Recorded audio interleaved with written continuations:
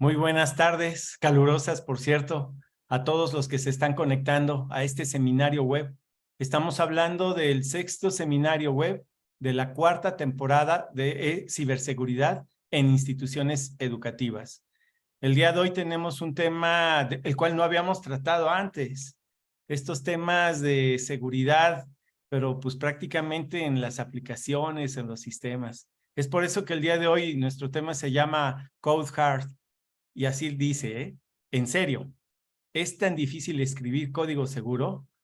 Yo diría que enérgicamente. O bueno, pero lo vamos a dejar en amigablemente, porque justamente quien lo va a dar es una persona muy informada en esto, muy ducha en esto, que es el maestro en ciencias Romeo Alfonso Sánchez López, quien pues es especialista en temas de tecnologías y de seguridad, y que pues en adelante pues nos va a llevar de la mano y nos va a explicar muchas perspectivas o muchas vistas de lo que implica programar de manera segura. Y créanme, creo que es uno de los temas cruciales en donde se dan muchos de los problemas que tenemos en ciberseguridad, en el nivel de aplicaciones. Entonces, pues, le voy a dejar el micrófono justamente a quienes coordinan el grupo de seguridad de la información del Comité ANU-ISTIC.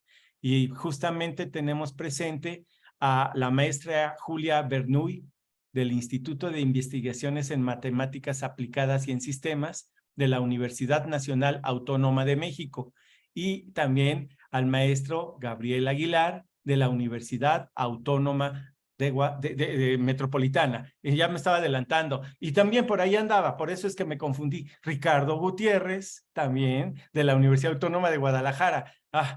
Puras universidades. ¿Será que somos anuyes? Pues dejo las palabras, Julia, para que nos dé pues esta plática nuestro querido Romeo y pues aprendamos mucho.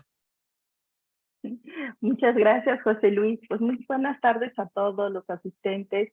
Agradecemos tu asistencia a este webinar, el sexto, si mal no recuerdo, de este año 2023. A nombre del Grupo de Seguridad de la Información le damos la bienvenida. Y bueno, como comentó José Luis, vamos a tratar un tema muy interesante, no solo a los que nos dedicamos a ciberseguridad, sino al desarrollo de sistemas que van de la mano. El nombre de nuestro webinar día de hoy se denomina Code Hard. ¿En serio es tan difícil escribir código seguro? Bueno, escribir código seguro puede ser un desafío, especialmente en sistemas complejos y en entornos donde la seguridad es una preocupación importante. Además que las amenazas han evolucionado, los atacantes buscan nuevas formas de comprometer los sistemas.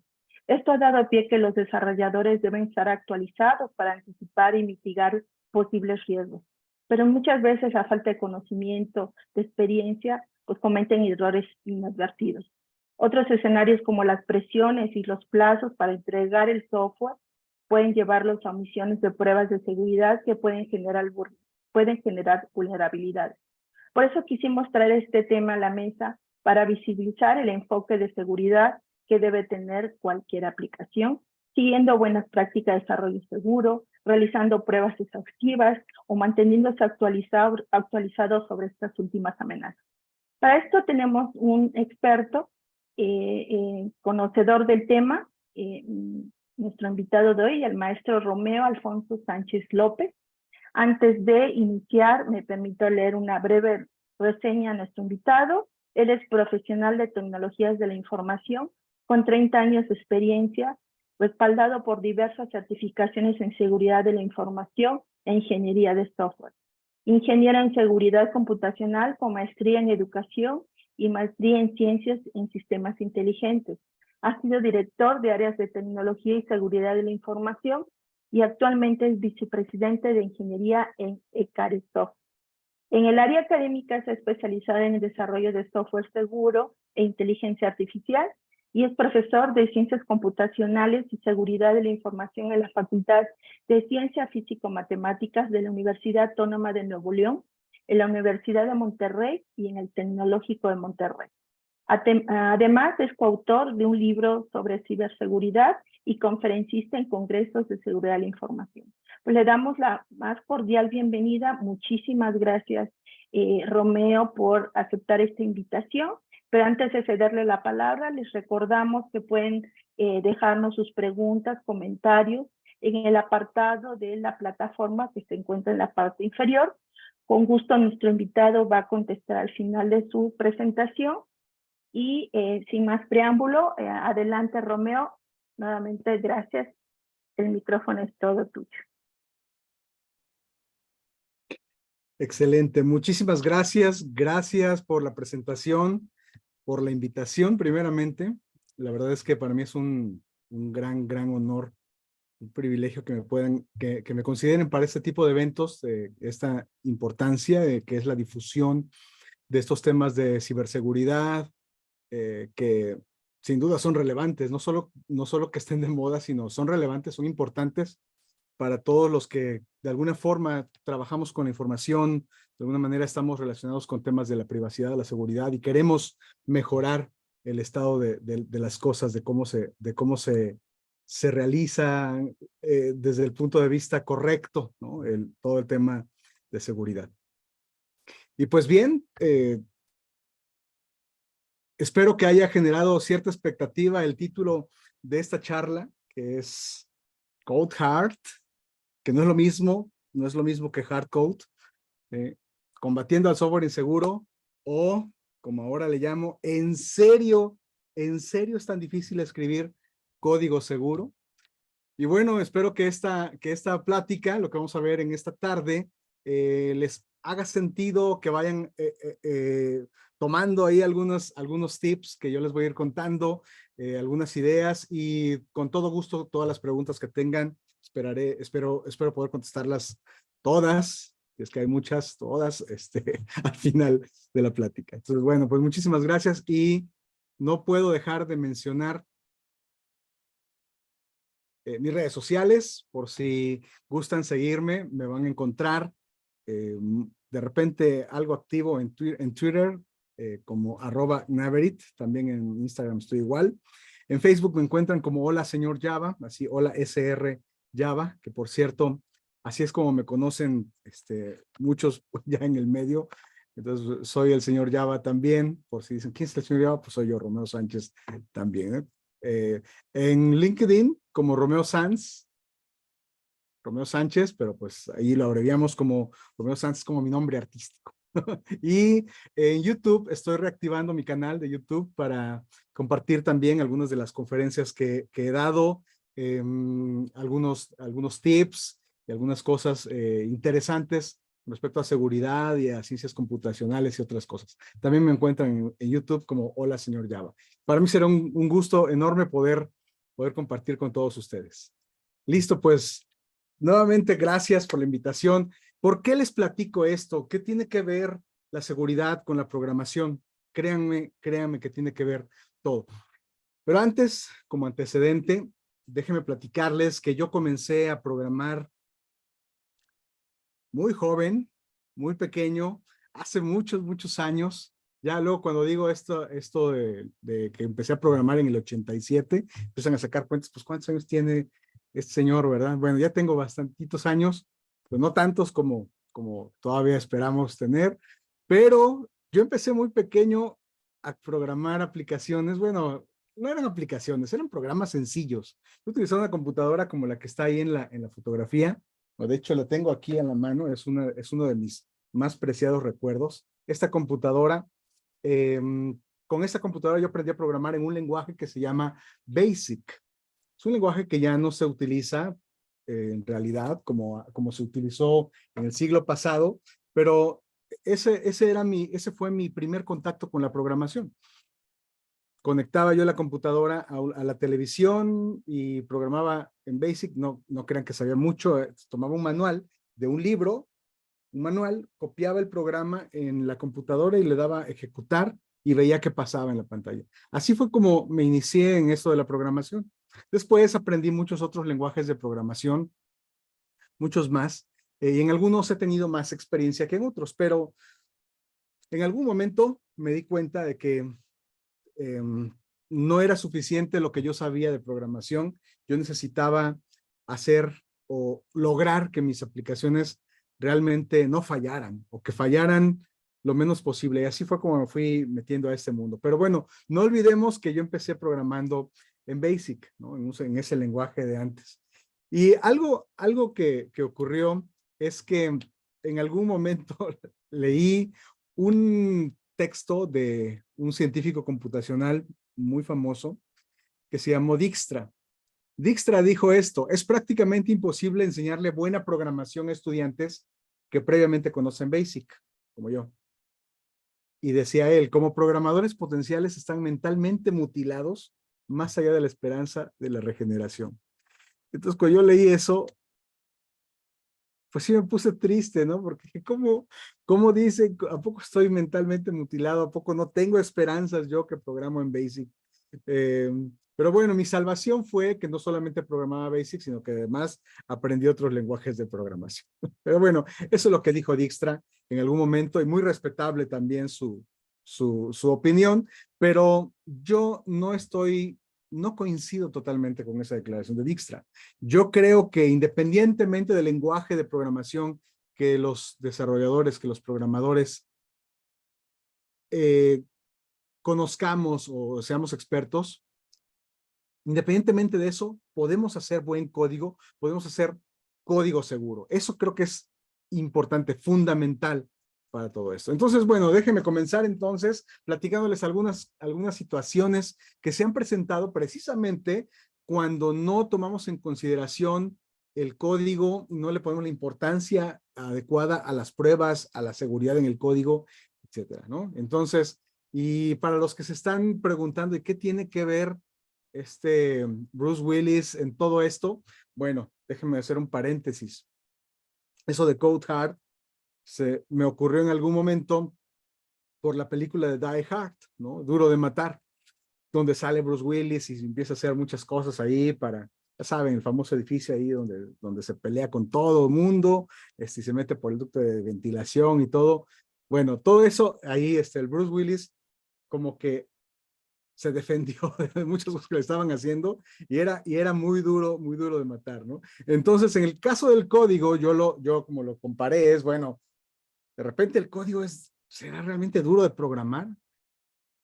¿Será que nos cuesta tanto trabajo escribir buen código que terminamos haciéndolo como salga? Bueno, entonces, de ahí salió la inspiración, por eso van a ver a Bruce Willis de repente, como John McClane, ahí que va a aparecer en algunos slides. Y bueno, en la introducción, bienvenidos a la fiesta. Y el código que aparece aquí es un intento de chiste. Es un intento de chiste. Fíjense, para los que saben programar, ya se estarán riendo ahorita porque dice, si el valor es igual a 1, entonces devuélveme valor. En caso contrario, regresa 1, ¿no? Y aquí esto es gracioso porque dice, bueno, es que si la variable valor vale 1, entonces regresa valor que es igual a 1. Pero en caso contrario, si no vale 1, regresa 1 como quiera. Entonces, en cualquier caso, el valor que va a recibir la función que llamó a esta función es 1. Entonces no tenía ningún sentido haber hecho esto.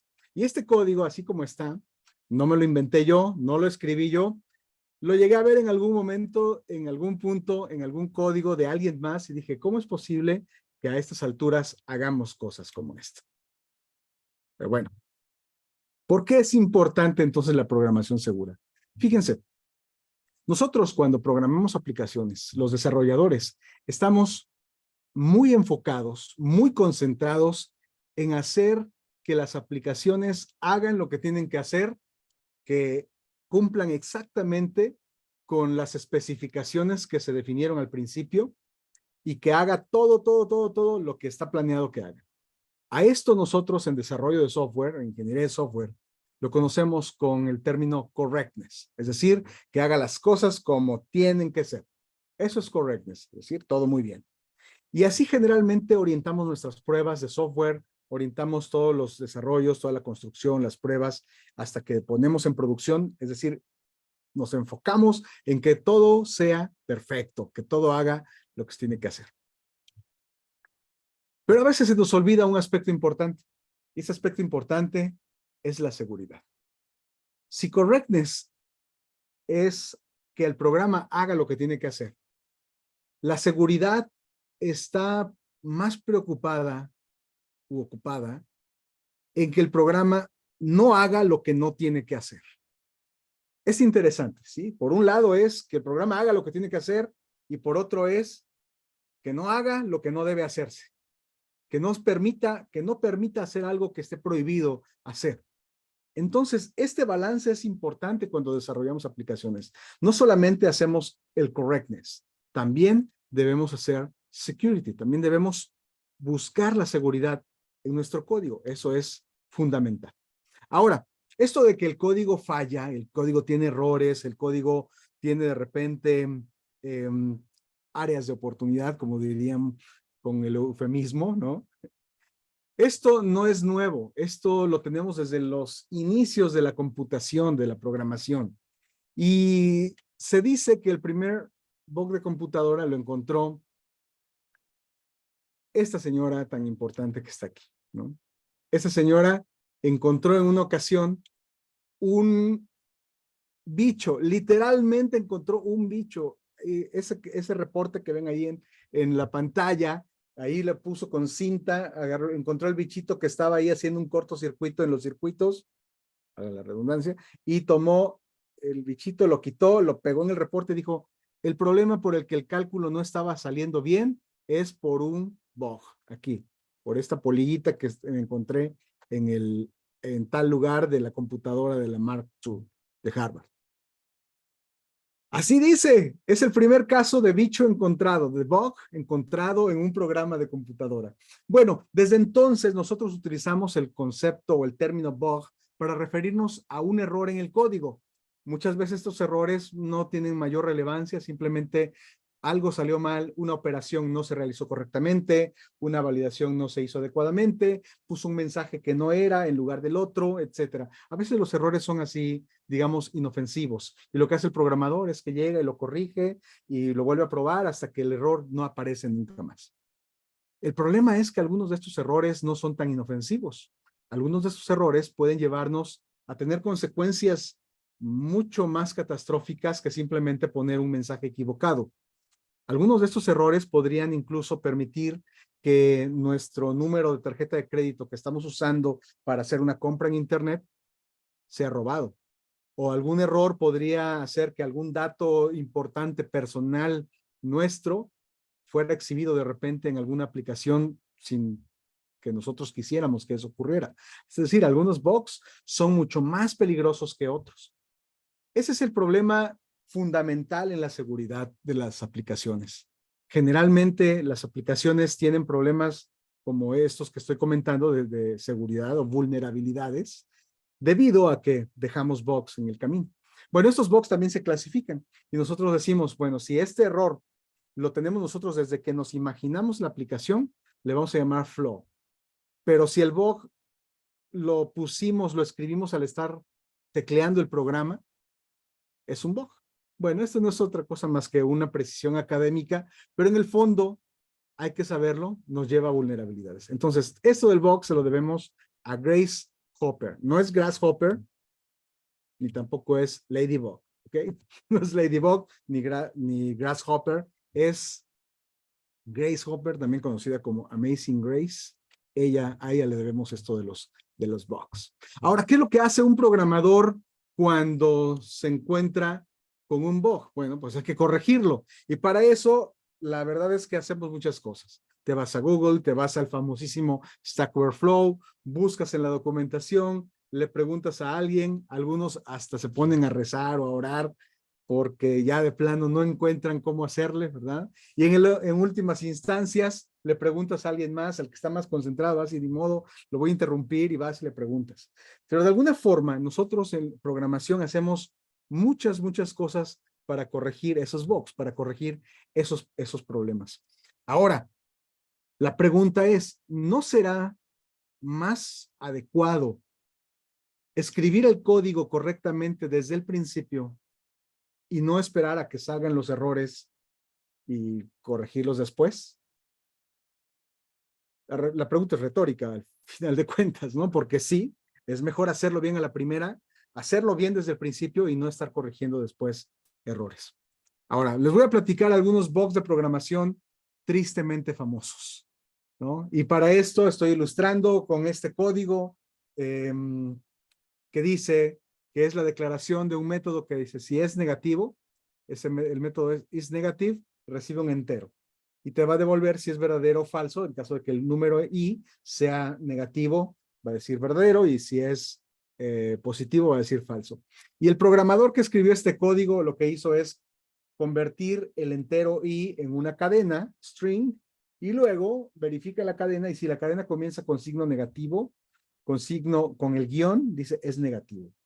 Y wow, ¿no? Ya lo hizo. Y este código también se ve feo, está mal. A lo mejor funciona, pero no es adecuado, no es bueno, se presta a errores, ¿no? Cuando lo más adecuado sería, verifica si la i es menor que 0. Si es menor que 0 ya es negativo, ni siquiera lo haces cadena ni nada, ¿no? Entonces, bueno, son de esas cosas graciosas que nos encontramos en el código los que programamos. Romeo, Bueno, sí. tenemos una manita levantada, tal vez sería oportuno, Adriana, ¿quieres abrir tu micro para contextualizar algo de lo que acaba de pasar en alguna de las diapositivas? Adriana Tlaxcaltecatl Hernández. Adelante.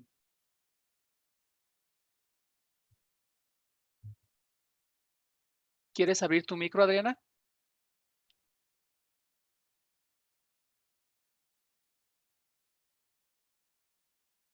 Adelante, Adriana. No. Despacio. Tal vez cambió de idea. Tal vez. Bueno. Gracias por la atención, Romeo. Al contrario, gracias. Ya saben, si quieren de repente ahí preguntar en el chat, yo estoy viendo el chat, no estoy distraído, estoy viendo el chat aquí también, por si quieren comentar algo antes de que lleguemos a la parte de preguntas y respuestas, ¿sí? Con todo gusto, gracias. Entonces, les decía yo que, bueno, ha habido casos, imagínense, les voy a platicar rápidamente algunos casos que han pasado. En el 98 se perdió un satélite, una nave espacial, bueno, vamos a decir un satélite, ¿no? Se perdió debido a una confusión. Lo que pasó es que cuando estaban haciendo el programa, el código para controlar ese satélite, ese artefacto espacial, que la idea era pues, mandarlo a Marte, ¿no? Y que estuviera en el planeta rojo ahí alrededor, explorándolo y sacando ahí como que la información, a ver qué veía del clima y otras cosas. Todo iba muy bien, mandaron la sonda hacia el planeta Marte, y cuando iba a llegar ya hacia el planeta para empezar a orbitarlo, pues se dieron cuenta que en lugar de tomar la órbita calculada, o aparentemente calculada, la sonda se empezó a aproximar bastante al planeta rojo, ¿no? Se empezó a acercar muchísimo, y en lugar de dar la vuelta y orbitar, rebotó contra la atmósfera del planeta rojo, y rebotó y se fue al infinito y más allá. Se fue, se perdió, no lo volvieron a ver jamás. No saben qué pasó con él. Cuando investigaron qué pasó, se dieron cuenta de que hubo un detalle en el programa. La programación tenía un error. Y es que el programa lo hicieron ingenieros de Estados Unidos e ingenieros de Gran Bretaña. Y cuando unieron el programa, no se dieron cuenta de que algunos usaron kilómetros para medir las distancias y otros usaron millas para medir las distancias. Un detalle como ese, y aparentemente insignificante, causó que se perdiera este satélite. ¿Se perdió? Así de fácil, por un error en la programación.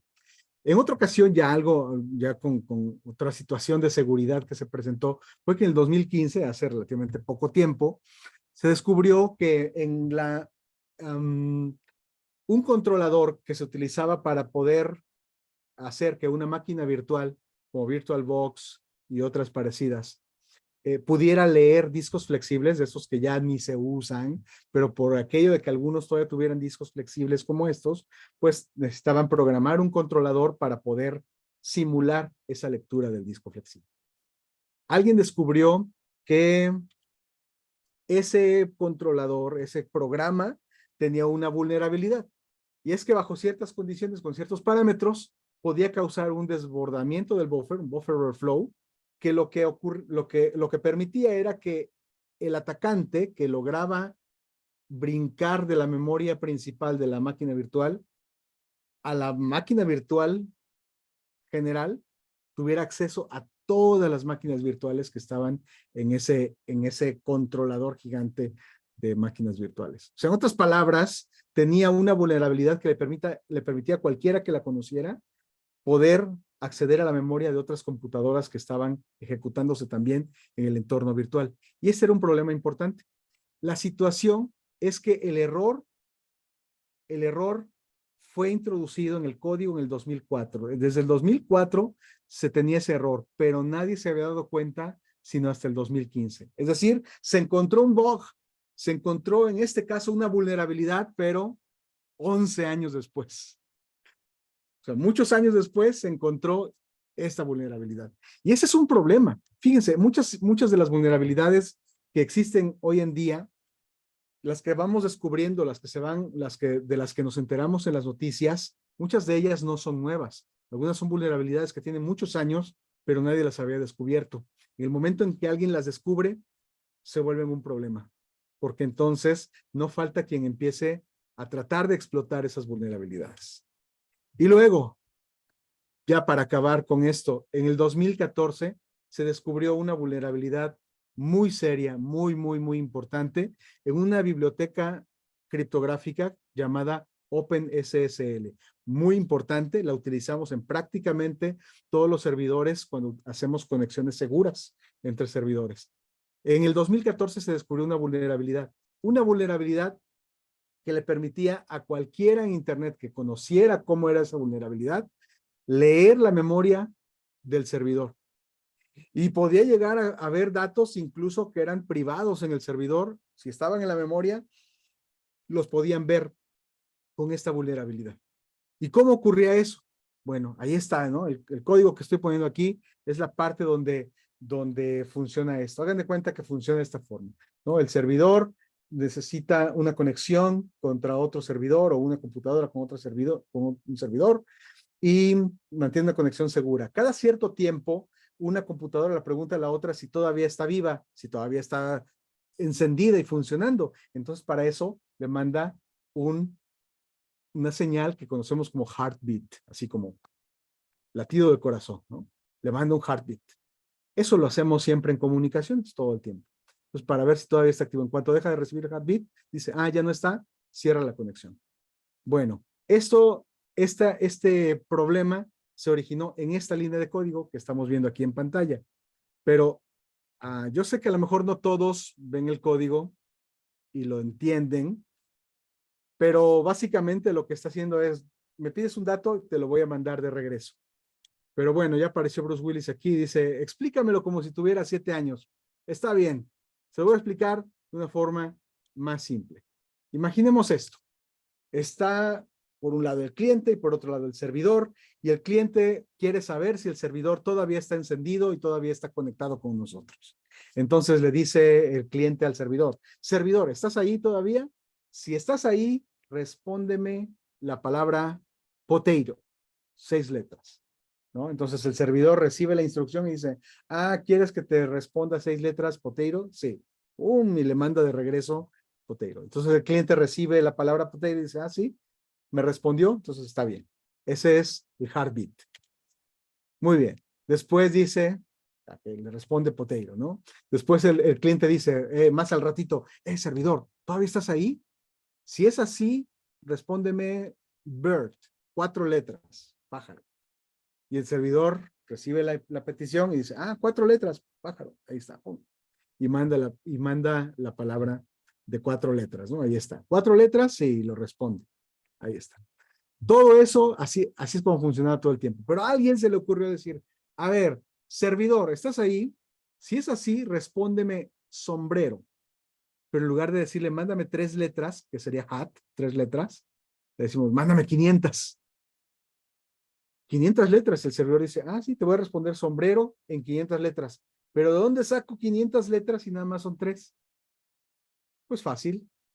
La vulnerabilidad en el código hacía que las otras 497 letras, las tomara de la memoria circundante, de la memoria que estaba en el servidor. Entonces, le respondía no solamente con hat, con la palabra que pidió, sino además con casi 500 letras que se encontraban en la memoria. Y si en la memoria había contraseñas, números de tarjeta de crédito y otros datos sensibles, se enviaban a ese cliente que estaba pidiendo la información y él se llenaba de información de otra gente. Esta es una vulnerabilidad muy importante. Esto se corrigió ya, ¿verdad? No, ahorita estamos platicando ya como histórico, pero en su momento fue un problema, fue una vulnerabilidad importante. Y el problema nos llevó hasta el código. En el código se originó esta situación. Fíjense, el problema de esto era tan grave que algunos sistemas importantes como Yahoo, entre muchos otros, utilizaban este mecanismo para autenticación. Entonces, al tener esa vulnerabilidad en un mecanismo de autenticación, pues podrían entregar hasta las contraseñas, ¿no? Entonces hubo gente que estuvo diciendo, hey, no se conecten a esta aplicación, a Yahoo y a otros y a otros y a otros, porque tiene el Heartbleed, tiene esta vulnerabilidad de Heartbleed, y mientras no la corrijan, sus contraseñas van a estar ahí. Entonces incluso algunos hicieron pruebas, ¿no? Y aquí está, por ejemplo, este que encontró, miren, aquí está, aquí viene el password, aquí viene el password, aquí está, passw igual a 0, 2, 4, y aquí en esta parte viene el password. Más que claro, pues no lo van a enseñar, ¿verdad? Pero lo pudieron ver. Estaba esa información ahí. ¿Y todo por qué? Por un problema en la programación, por un problema en el código. Y bueno, ¿cómo se corrigió? Ahí está el código original. Y lo único que hicieron fue, lo que hicieron fue agregarle una condición. Si el valor que quieres regresar es mayor que el que te están pidiendo, en este caso, si te pide la palabra hat, que son 3 letras, y te pide que regreses 500, no le devuelvas nada, porque eso no está bien, no debe ser, ¿no? Entonces, si esto es mayor que lo que te están pidiendo, que lo que tienen que entregar, no devuelvas nada. Y este if salvó Internet. Este if, tan sencillo como lo están viendo aquí, salvó Internet, porque con esto arreglaron Heartbleed y ya dejamos de ser vulnerables, por lo menos por ahora. Por lo menos por ahora. Entonces, la moraleja es, nunca, nunca, nunca subestimes el poder de un if, de una condicional. A veces una validación a tiempo nos puede resolver muchos problemas en el futuro.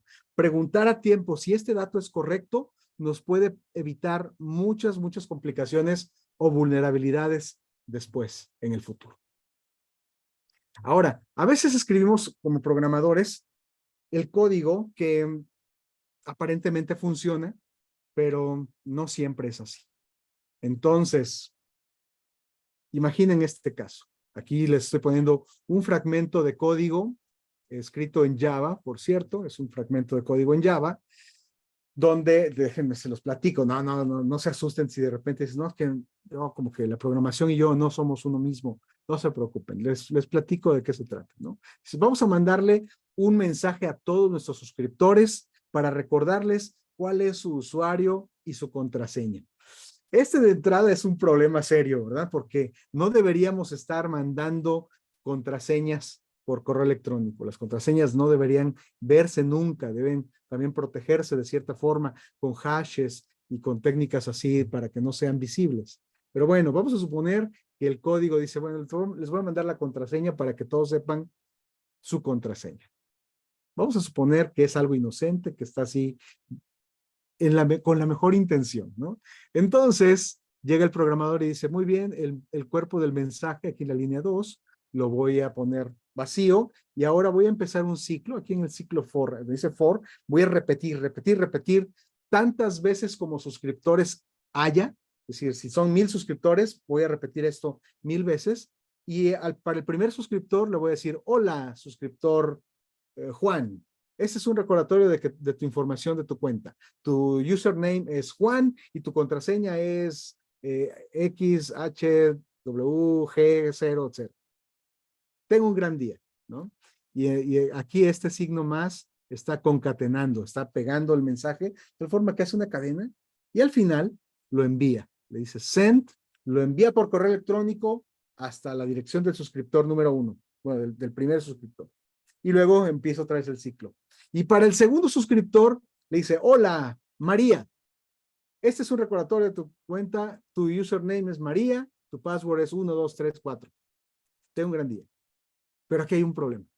El problema es que en este punto, cuando le está escribiendo al segundo suscriptor, viene todavía la información en la variable email body, en esta variable, la información del primer suscriptor. Entonces viene el texto del primer suscriptor más el texto del segundo suscriptor y este segundo suscriptor recibe los dos textos, del primero y del segundo, el suyo. Y cuando llega el tercero recibe el del primero, el del segundo y del tercero. Es decir, que cuando termina con los 1000 suscriptores, el suscriptor número 1000 tiene todas las contraseñas de todos los suscriptores previos a él en la lista. Este es un problema serio y si se hace por error, con un solo error, una vez que se ejecute, ya le mandó a todos la información de otros usuarios. ¿Y todo por qué? Simplemente porque la variable se inicializó antes del ciclo. No me voy a meter en asuntos técnicos, pero déjenme decirles que esto se resuelve fácilmente. La línea 2 la quitamos de ahí y en lugar de ponerla ahí en la 2, lo colocamos, le hacemos un espacio entre la 4 y la 5, ¿sí? Después del for y antes de la primera concatenación, para que cada vez que comience un nuevo ciclo, la variable comience vacía y no traiga información previa. Esto de entrada podría resolver este problema que tiene este código. Pero si tal vez no estamos muy familiarizados con la programación o con el código, este tipo de errores no son tan visibles, no son evidentes. Necesitamos mucha experiencia o bien hacer uso de herramientas que nos señalen este tipo de problemas o bien también hacer pruebas suficientes para que esos problemas no se presenten tan fácilmente, ¿no? Y luego en otra ocasión me encontré con un código, también es un caso real, me lo encontré una vez buscando, ya saben, de repente cosas que uno hace en los momentos de ocio, y me encontré con que había un sitio que vendía artículos en línea y me permitía cambiar el precio del artículo. Entonces tenía un vino muy caro de $1,700 y si yo le daba F12 para ver las herramientas de desarrollador del código fuente, le podía cambiar el valor a otra cosa cualquiera y le daba enviar y en la siguiente página cuando yo quería escoger cuántas botellas quería comprar, aparecía el precio que yo le puse aquí 1.95 en lugar de 1,769. Y esto de verdad es peligrosísimo, ¿no? Porque el programador que hizo esta parte, programador, no se le ocurrió que alguien podía de repente, por curiosidad, activar las herramientas de desarrollador, ver el código fuente, modificarlo desde ahí y cambiarlo.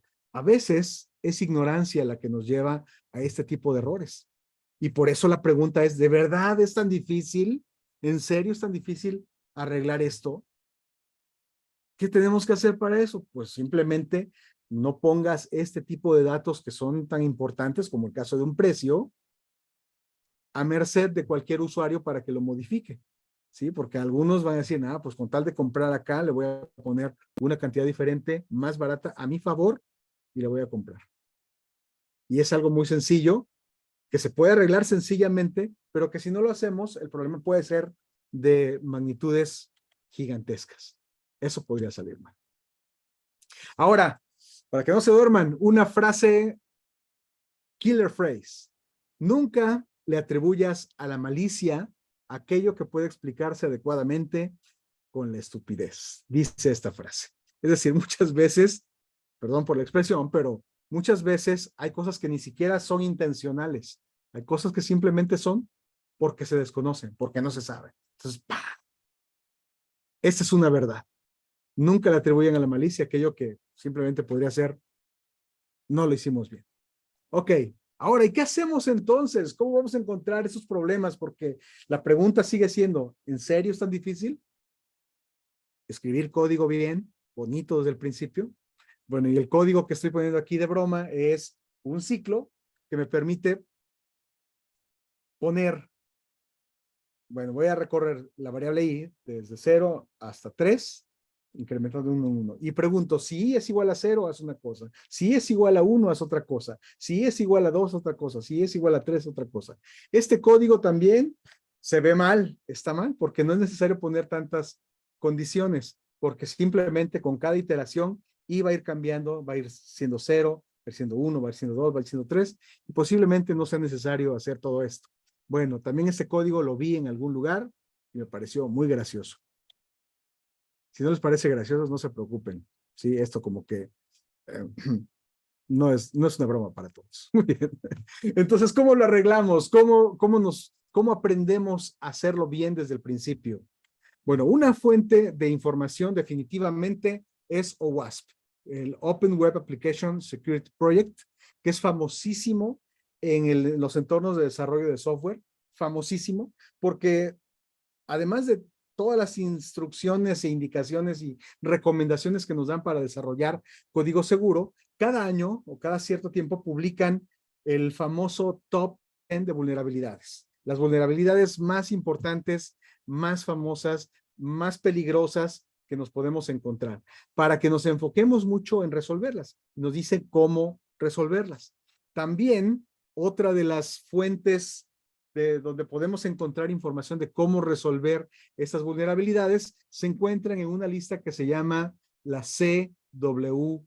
En la CWE encontramos una serie de vulnerabilidades de aplicaciones que se pueden corregir con el código, o más bien que se originaron en el código y que se deben corregir en el código. Y entre toda la lista hay un Top 25, la lista de los 25 errores de software más peligrosos. Imagínense, entonces, por curiosidad también vean esa lista y vean cuáles son los 25 errores de software más peligrosos. No nos daría tiempo en un seminario como este hablar de todos ellos definitivamente, pero ahí están. Y lo más emocionante de esto es que no solamente dice cuáles son los errores más peligrosos, también nos da las mitigaciones, las técnicas de mitigación más efectivas para eliminar o reducir estas top 25 más peligrosos.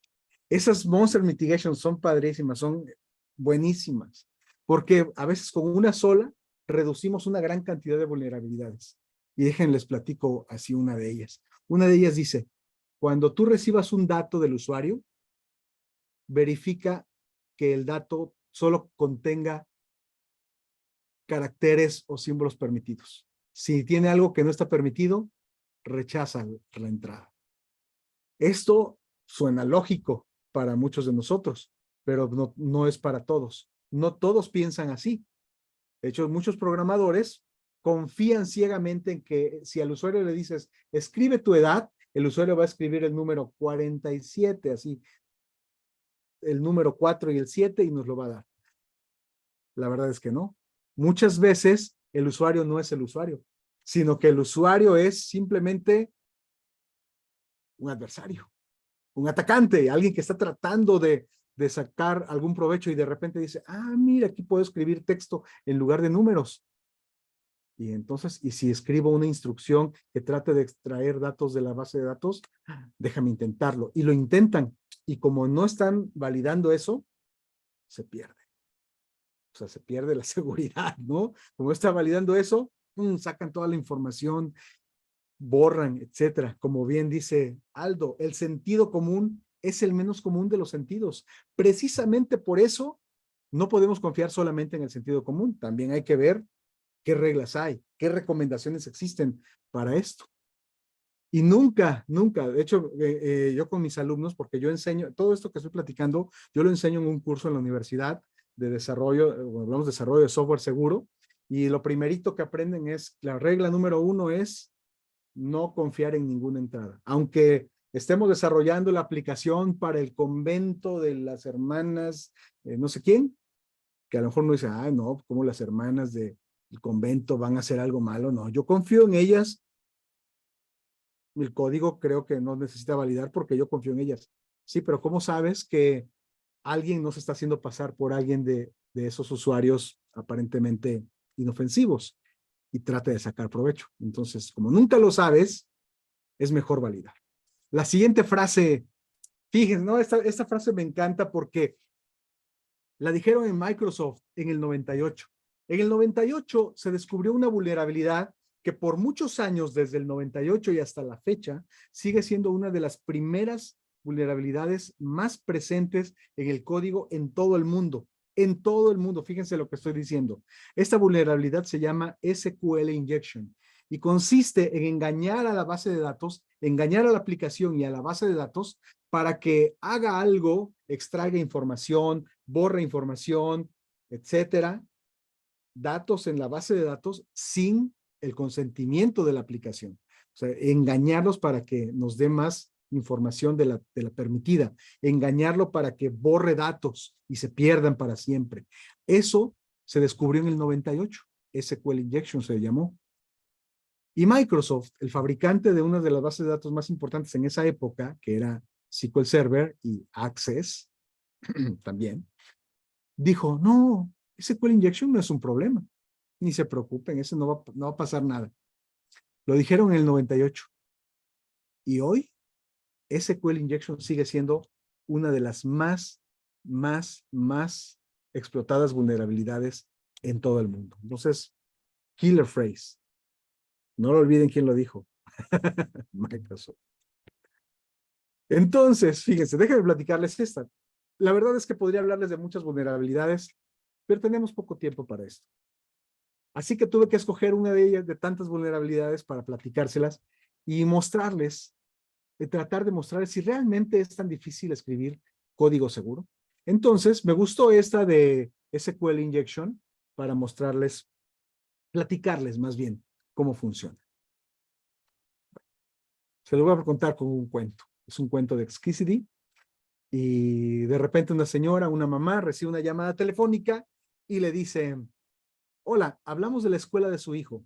Tenemos un problema con el sistema. Y la mamá dice, oh no, ¿rompió algo mi muchacho? Y la escuela les dice, algo así. Y la escuela le sigue diciendo, ¿en serio su hijo se llama Robert, comilla, paréntesis, punto y coma, drop table, students, punto y coma, guión, guión? Y la mamá responde, sí, así le decimos el pequeño Bobby Tables. Es el pequeño Bobby Tables, sí, cómo no. Y dicen en la escuela, pues acabamos de perder los registros de los estudiantes, de todos. Espero que esté contenta, le dicen en la escuela. Y la mamá pues no se deja y dice, sí, pues yo espero que ya hayan aprendido a validar las entradas a la base de datos. ¿Qué es esto? Esta es una historia famosísima, bueno, famosísima en nuestro entorno, ¿verdad? Y ahora ustedes ya se la saben. La historia de Bobby Tables. ¿Por qué es peligroso Bobby Tables? ¿Qué pasa con este joven Bobby Tables? Recuerden que Bobby Tables se llama Robert, comilla, paréntesis, punto y coma, drop table students. Ya ven que luego los papás ponen cada nombre extraño, ¿no? Todavía pusieron Romeo, imagínense. Pues bueno, ¿cuál es el problema con esto? El problema es el siguiente. Si saben SQL, el lenguaje SQL, podrán entender esto. Si no, déjenme explicárselos brevemente. Fíjense. Este tipo de instrucciones, como la que estoy poniendo aquí en negro, en medio, son comunes cuando nos conectamos a una base de datos y extraemos información. Generalmente siguen este tipo de sintaxis o forma de escribirse. Por ejemplo, aquí lo que dice esta instrucción es select, selecciona el ID, que puede ser la matrícula, el nombre, la calificación y el apellido. ¿De dónde? De una tabla llamada estudiantes, students. Pero no quiero todas, solamente quiero las de un estudiante, donde user sea igual a algo, ¿no? A pesos user. Y ahí en pesos user vamos a ponerle cualquier cosa. Vamos a poner cualquier cosa. Por ejemplo, donde user sea igual a R. Sánchez. Entonces, a lo mejor R. Sánchez soy yo. Entonces, lo que haría la aplicación sería ir a la base de datos y buscar, ¿dónde está R. Sánchez? Aquí está R. Sánchez. Aquí está. Y nos trae la información solamente de Romeo Sánchez. J. Pérez, y busca solamente J. Pérez, y una vez que lo encuentre, nos trae la información de J. Pérez. De eso se trata esta instrucción. Ahora, cuando llega Bobby Tables, vamos a buscar donde el nombre sea Bobby Tables, y va por Bobby Tables, y cuando llega con Bobby Tables, hace lo siguiente. Va a seleccionar todos los datos de Bobby Table, de la tabla de students, donde el usuario sea igual a, ¿recuerdan cómo se llama Bobby Tables? Bobby Tables se llama Robert, comilla, paréntesis, punto y coma, drop table students, punto y coma, menos. Lo puse aquí para comodidad suya en color naranja. Aquí, en color naranja.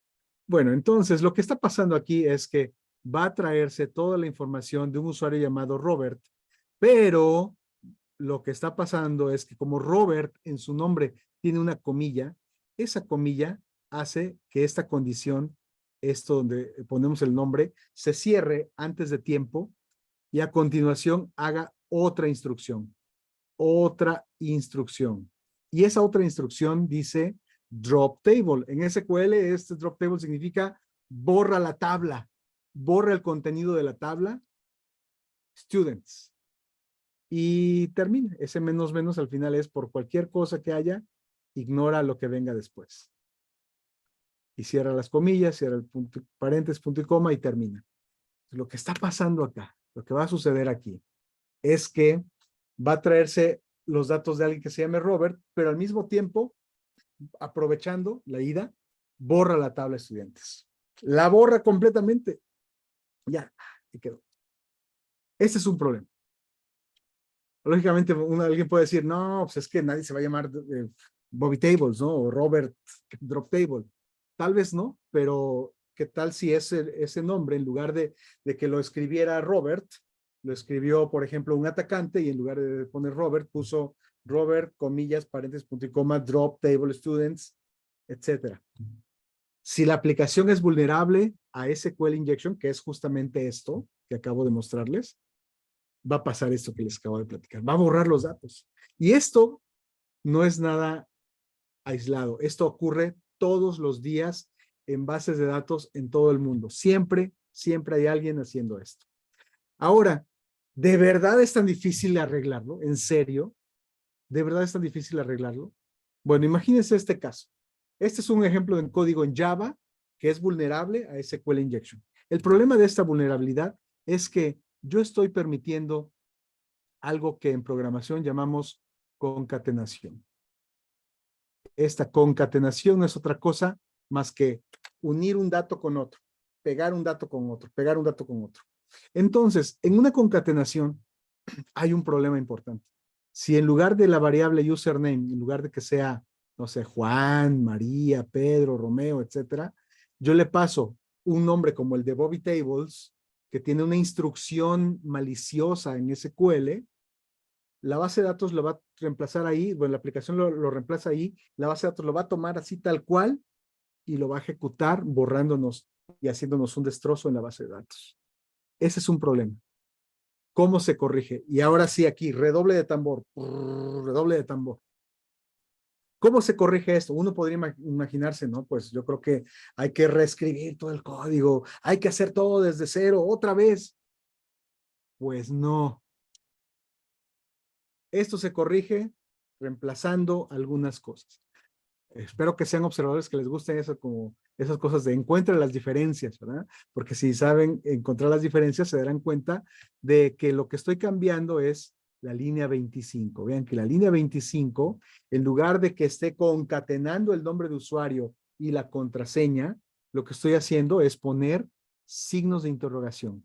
Signo de interrogación acá, signo de interrogación acá.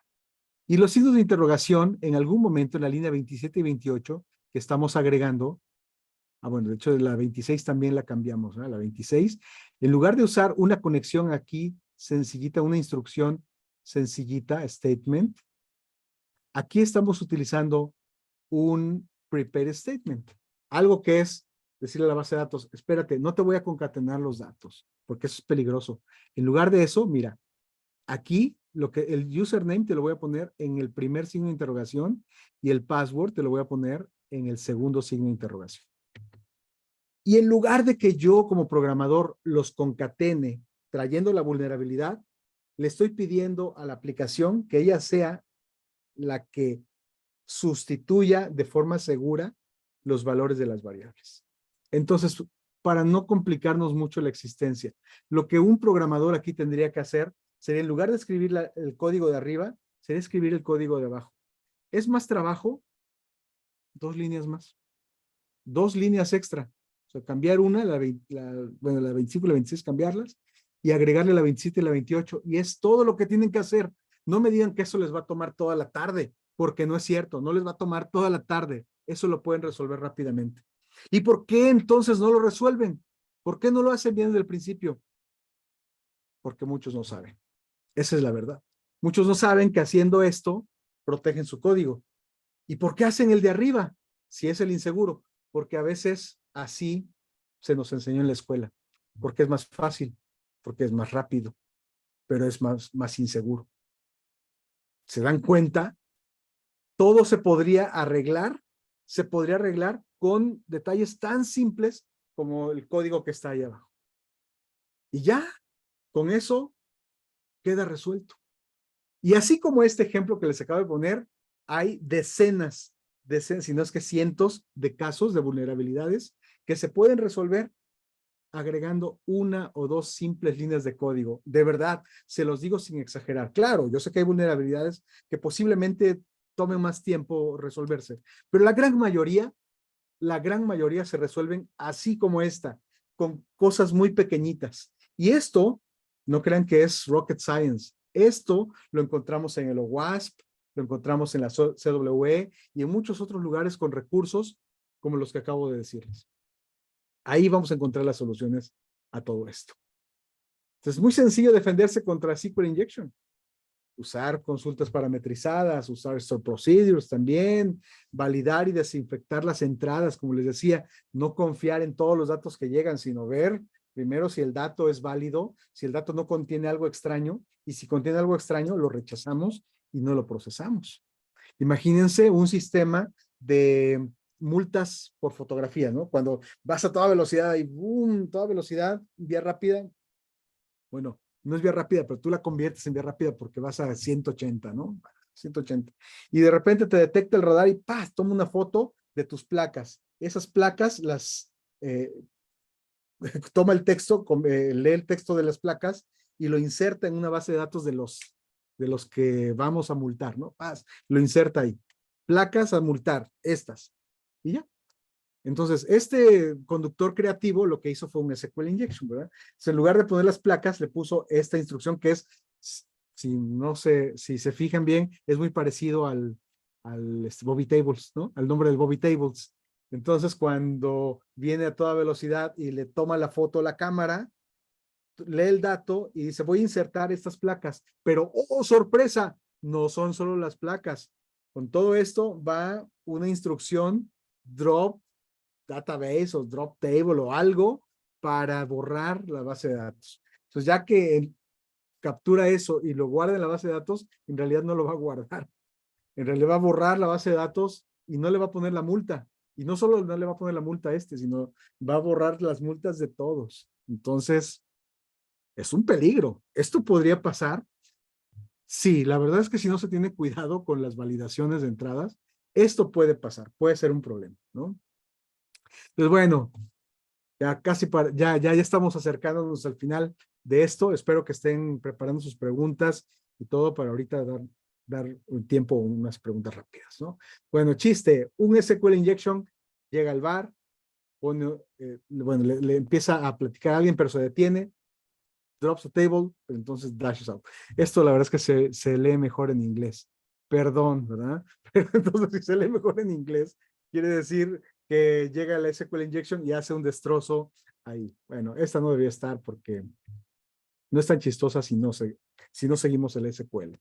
Entonces, vamos terminando con esto. ¿En serio es tan difícil escribir código seguro? ¿En serio es tan difícil hacerlo? ¿Será acaso que no podemos hacer código seguro? Fíjense, las nuevas generaciones de desarrolladores de software, el problema con los nuevos programadores es que ignoran las vulnerabilidades antiguas del código y las siguen incluyendo en sus programas.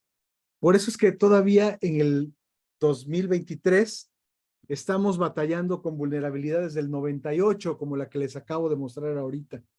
Esa vulnerabilidad de Bobby Tables, bueno, de SQL Injection, ese es el 98 y en el 2023 la seguimos teniendo, porque los programadores siguen aprendiendo las viejas técnicas vulnerables. Y los que ya tienen mucha experiencia programando, no les importa. O sea, muchos de verdad son muy confiados y dicen, no, ¿cómo va a pasar a mí? Soy un programador experimentado, eso no me va a pasar a mí nunca. No les importa y a veces no ponen atención en cómo hacer su código más seguro, menos vulnerable. ¿Qué hay que hacer entonces? Pues hay que entrenar a los desarrolladores en prácticas y en técnicas de programación segura. Que si es un programador en Python, pues hay técnicas para programar seguro en Python. Que programa en Java, hay técnicas para aprender seguridad en Java. En PHP hay técnicas para hacerlo en PHP. Y déjenme decirles un secreto, muchas de esas técnicas son muy parecidas, hacen prácticamente lo mismo, solo cambian obviamente en la sintaxis, porque no es lo mismo escribir un código en PHP que un código en Python. Son diferentes, pero en el fondo lo que hacen es prácticamente lo mismo. Hay mucha información al respecto de cómo hacer más segura una aplicación por lenguaje de programación. OWASP es nuestro amigo. Ahí está mucha información de cómo corregir esas vulnerabilidades, pero no es lo único. Insisto, para cada plataforma o lenguaje hay libros, hay cursos, hay muchos recursos que nos enseñan a programar de forma segura. Y créanme, se van a ir de espaldas porque las técnicas son así bien cortitas. Son fáciles de escribir, son fáciles de implementar, no cuesta mucho trabajo hacerlas. También algo importante es que cuando nosotros escribimos código, tenemos que hacerlo parte del ciclo de vida del desarrollo de software. La seguridad debe ser parte del ciclo de vida del desarrollo de software. No podemos dejar la seguridad a un lado, a un costado, al final. No, porque así no funciona, así no va a funcionar. Nosotros tenemos que incluir desde el principio todos los principios de programación segura, desde que estamos analizando, es más, desde que estamos imaginándonos cómo va a ser la solución, qué va a necesitar, qué quiero que haga, desde ahí debemos estar pensando en la seguridad. Cuando estamos diseñando la solución, tenemos que pensar, vamos a usar criptografía, qué tipo de criptografía, vamos a establecer conexiones seguras, sí o no, de qué forma, vamos a validar las entradas, todo eso lo tenemos que hacer en algún momento. Y algo importantísimo es hacer pruebas automatizadas para la seguridad. Hay veces, hay herramientas que cuando tú estás escribiendo el código como programador, te empieza a analizar tu código y tú estás escribiendo y de repente te dice, aquí hay un problema potencial, corrígelo y te dice cómo. Esas herramientas también existen, pero muchas veces no las conocemos. Entonces hay que aprovecharlas. O hay unas que cuando ya estás escribiendo el código, ya está listo para probarse, te analizan no solamente las pruebas funcionales, sino también te hacen pruebas de seguridad. Todo eso hay que aprovechar. Conoce las fuentes de información sobre vulnerabilidades de aplicaciones y las amenazas. Ya mencioné OWASP, ya mencioné CWE y cualquier otra fuente que uno puede encontrar para ciertos lenguajes específicos, también es importante consultarlas, conocerlas, implementar un framework de desarrollo seguro. ¿Sabían ustedes que hay un framework de desarrollo seguro que desarrolló Microsoft? Sí, los mismos de SQL Injection, que no importa, pero años después se pusieron, como decimos, se pusieron las pilas, se pusieron bien listos, dijeron, no, ya basta de tantas burlas, vamos a hacer un framework, un marco de referencia de desarrollo seguro. Y lo hicieron y lo implementaron, y desde entonces Microsoft mejoró enormemente la seguridad de sus productos, porque antes de eso, la verdad es que la seguridad de los productos Microsoft daba mucho que desear. Pero a partir de que implementaron técnicas de desarrollo seguro y que ellos las definieron, sus desarrollos fueron mucho, mucho más seguros que antes. Bueno, esto existe. Y aquí es un ejemplo que les estoy mostrando de las metodologías que existen de Microsoft para esto. Pero hay otras. Oracle también sacó otra, hay otras que no son de marcas, pero que simplemente ustedes buscan metodología de desarrollo seguro y van a encontrar una gran cantidad. La verdad es que no importa cuál sea, con que lo hagan. Otra es algo importantísimo, irse desde el principio, tomar los requerimientos de seguridad lo más al principio posible del proyecto. A esto de seguridad de aplicaciones le llamamos shift left. Shift left, es decir, lo más a la izquierda del ciclo, es decir, al principio, vamos a introducir la seguridad. Y luego en la siguiente fase, seguridad. Y en la siguiente fase, seguridad. Y en la siguiente, seguridad. En todas ponemos seguridad. Hasta en la última. Y hasta terminar y más allá. ¿Por qué? Porque no puedes dejar la seguridad solamente como una tarea final para hacer una prueba de penetración y ver si la aplicación es segura. Porque te aseguro que vas a encontrar muchas vulnerabilidades y también les aseguro no las van a poder corregir a tiempo, porque eso es lo que sucede. En cambio, si lo hacemos desde el principio podemos mejorar el nivel de seguridad para que cuando lleguen las evaluaciones finales prácticamente no encuentren nada. Hacer seguridad en el diseño también, que las arquitecturas consideren un diseño seguro, qué elementos van a tener de seguridad, todo eso debemos hacerlo desde el diseño seguro y aplicar técnicas prácticas de programación segura para validación de entradas, para autenticación, para autorización, para accountability, para no repudio, etcétera. Para todo hay técnicas de programación segura. Todo, en todos los casos, en todas las vulnerabilidades que se pueden rastrear hacia el código, vamos a encontrar que siempre hay una técnica. Lo que pasa es que a veces la desconocemos y hay que saber usarla. Y finalmente, hay que analizar las aplicaciones, aplicar pruebas estáticas, pruebas dinámicas en todo el ciclo del desarrollo. No dejen las pruebas solamente para la fase de prueba, sino también durante el desarrollo estén probando constantemente la seguridad de la aplicación, analizando el código para ver si no tiene alguna situación que se pueda detectar antes de que la aplicación esté ya terminada. Es mejor detectarlos a tiempo. Entonces, en todo el proceso que seguimos para desarrollar software, siempre en todos los puntos hay una forma de validar la seguridad de las aplicaciones. Siempre. Entonces, no hay excusa. La verdad es que simplemente es aprender las técnicas. Termino con esto y damos tiempo a las preguntas. Espero que haya tiempo todavía. Es duro de programar, pero es necesario. Sí. Porque hay cosas en la vida que deben ser a prueba de fallas. Por ejemplo, yo no esperaría que fallara un chaleco antibalas, ¿verdad? Menos el que lo está usando. Chaleco antibalas no debe fallar. El bungee o un paracaídas no pueden fallar, no deben fallar. Nuestras aplicaciones no deberían fallar tampoco. Nuestras aplicaciones no deberían fallar. Esto es importantísimo. Nosotros tenemos que hacer todo lo que está de nuestro lado para mejorar la seguridad de nuestro entorno, de nuestras aplicaciones y sistemas. Sí, así es. Pero fundamentalmente, si nosotros comenzamos en el principio, en el origen de todo, arreglando, bueno, más que arreglando, escribiendo código seguro, les aseguro que no vamos a tener problemas después. O los problemas que podemos encontrar van a ser mínimos. Pero no lo dejemos al final. Comencemos a escribir código seguro desde el principio. Pues bueno, hay una frase que yo inventé hace un tiempo, que es: la seguridad de la información es como el bajista de una banda. Nadie nota su existencia sino hasta el día en que falta. Así es, la seguridad es invisible. Es más, muchos no saben cuándo está tocando el bajo. Pero cuando se acaba el bajo, deja de tocar el bajo, se acaba el baile porque ya no saben seguir el ritmo, ¿verdad? Bueno, así es la seguridad. La seguridad debe estar presente todo el tiempo. Y esto me recuerda que en unos minutos más me voy a ir a un ensayo porque yo soy bajista. Entonces, tengo un ensayo más al rato. No sin antes ayudarles con las preguntas que tengan con mis respuestas. ¿Ok? Pues muchas gracias. Y por aquí hay una pregunta de Víctor que dice: SonarQube detecta vulnerabilidades de inyección de SQL. ¿Qué herramientas recomiendas para escanear código y detectar vulnerabilidades?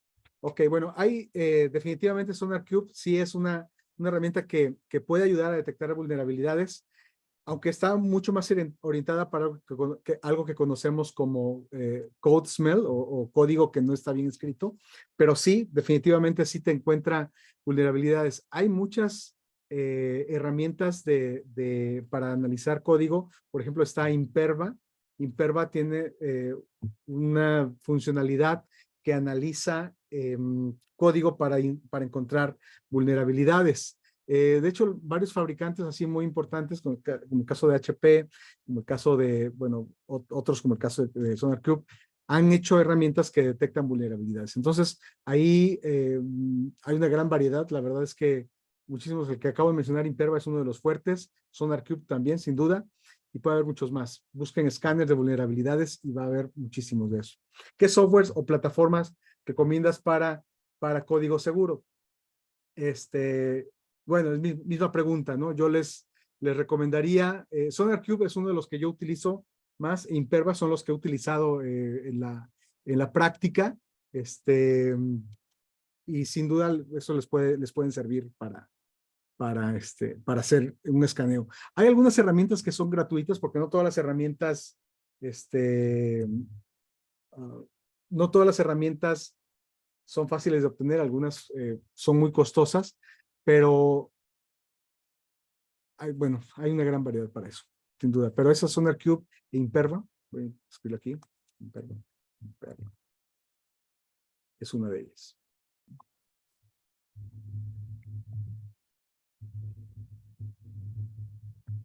Okay, ¿algo más? Estas actividades recomiendas que lo hagan los propios desarrolladores solares de seguridad. Muy buena pregunta, Víctor.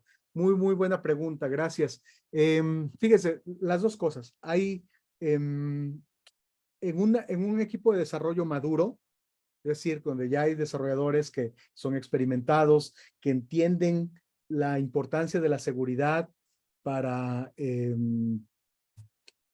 mejorar el nivel de seguridad de las aplicaciones. Generalmente lo que hacemos es que dejamos que ellos tengan conectadas las herramientas a sus IDEs, a sus herramientas de desarrollo, y que esas herramientas vayan analizándoles el código constantemente. Es decir, ellos un desarrollador maduro no lo ve como una amenaza, no lo ve como que, ay, me están analizando el código. Al contrario, lo ve como algo bueno que le ayude a mejorar. Generalmente cuando las herramientas se integran a analizar el código de forma estática, quien lo hace es el propio desarrollador. ¿Ok? Porque como va a estar integrado a su herramienta de desarrollo, lo tiene que hacer durante la fase de construcción. Generalmente cuando lo hace seguridad es porque ya terminó el desarrollo, terminó el código y está listo para publicarse. Ahí entra seguridad y analiza. Entonces puede hacer un análisis independiente, que también es importante para evitar que haya ahí como colusiones, ¿verdad? Que digan, hey, tú di que todo está bien y te paso un dinero o algo. No, para evitar este tipo de cosas, seguridad también puede hacer un análisis, pero una vez que la aplicación fue construida. Entonces son dos análisis. Uno que puede hacer el mismo desarrollador con las herramientas durante el código, y otro que hace seguridad al final que ya se haya construido la aplicación. ¿Okay? Sergio dice, nadie aprende en cabeza ajena, ¿o sí? Efectivamente, no, hay que hacerlo. Hay que hacerlo para poder aprender, definitivamente.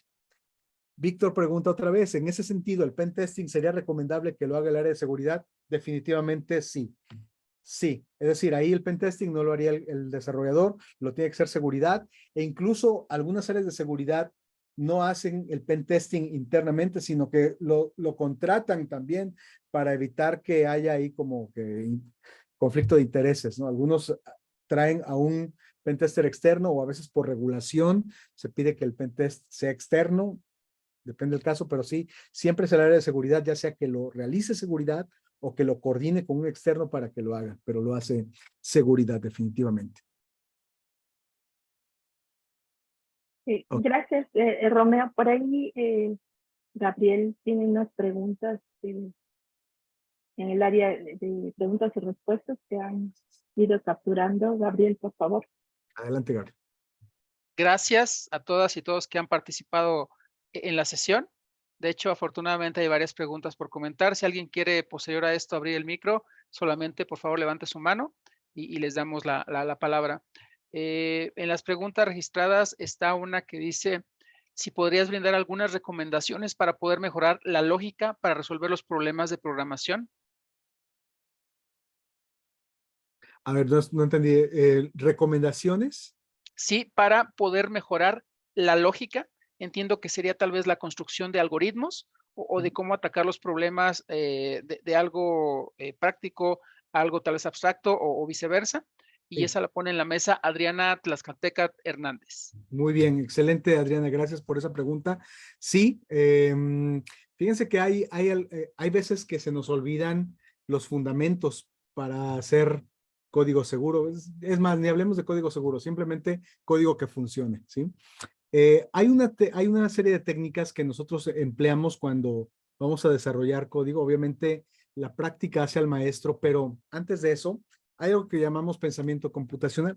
Pensamiento computacional consiste en una serie de técnicas que nos ayudan a resolver problemas de una forma eficiente, de una forma que nos ayuda a aterrizar el problema de una forma y analizarlo de una forma mucho más adecuada que ver una serie de cosas así sin sentido y nos ayuda a descomponerlo. Entonces, el pensamiento computacional lo que hacemos básicamente es, si es un problema el que tenemos que resolver, lo rompemos en partes pequeñas para resolver paso a paso ese problema. Y después, si este problema es pequeño que ya tengo aquí, es difícil de entender, voy a tratar de obviar o de quitar algunas cosas que no son relevantes para quedarme con la parte más relevante del problema. A eso le llamamos abstracción. Y una vez que ya tengo eso, tal vez este problema ya lo resolví anteriormente, pero no me había dado cuenta. Ah, esto se parece a algo que ya hice. A eso le llamamos identificación de patrones. Entonces, cuando tú ya resolviste algo, o como lo que estamos viendo ahorita, ya te encuentras con una serie de soluciones ya escritas que alguien más ya puso, eso también nos ayuda a escribir buen código, porque dices, mi código se parece a este, entonces puedo aplicar la solución. Y finalmente, pues todo eso lo empleamos para escribir algoritmos que son la secuencia de instrucciones de forma efectiva. Entonces, sí, son técnicas que utilizamos pensamiento computacional para escribir buen código. Gracias, Romeo. Adriana también pregunta o plantea una situación en la que ella está en su primer año de la carrera en tecnologías de la información y le corresponde hacer estancias en alguna empresa. ¿Podrías ofrecerle alguna recomendación hacia qué área se debe enfocar o inclinarse para tener algo más afín a su carrera? ¿Es tecnología de la información? Sí. Bueno, tienes una gran ventaja. O sea, la gran ventaja es que tecnología de la información lo vas a encontrar presente en prácticamente todas las industrias. Entonces, va a depender mucho de qué tanto te quieres enfocar a la parte, por ejemplo, más del desarrollo de aplicaciones, o quizá más a la parte de consultoría, o quizá la parte de bases de datos. Va a depender mucho de eso. Pero la ventaja que tienen o que tenemos todos los de tecnologías de la información es que prácticamente somos requeridos en todos lados, ¿no? Ahí yo te recomendaría, dependiendo, por ejemplo, si tienes inclinaciones hacia la programación de aplicaciones, pues que busques empresas que se dediquen a desarrollo de aplicaciones. Porque hay empresas que tienen como que equipos pequeños de desarrollo que a veces hacen cosas pequeñas, muy puntuales y no lo hacen constantemente. Entonces ahí lo que te conviene es irte a una empresa donde constantemente estén desarrollando para que puedas aprender y crecer mucho. Entonces, yo creo que ese sería uno, pero la pregunta es muy difícil porque el área de TI es tan amplia que ahí sí, la verdad es que donde te quieres mover vas a encontrar algo que hacer sin duda. Gracias. El maestro Hugo Pablo Leiva, académico de la Universidad Autónoma Metropolitana, plantea en relación a la vulnerabilidad de Microsoft del SQL Injection. Una tiene que ver por qué si la vulnerabilidad se detectó desde el 98, por qué siguen habiendo equipos vulnerables. Muy buena pregunta. El problema es que no, perdón, la vulnerabilidad no está en el equipo en sí, sino en la técnica de programación. La vulnerabilidad no está en la base de datos en sí, sino en la aplicación, en el código. Perdón.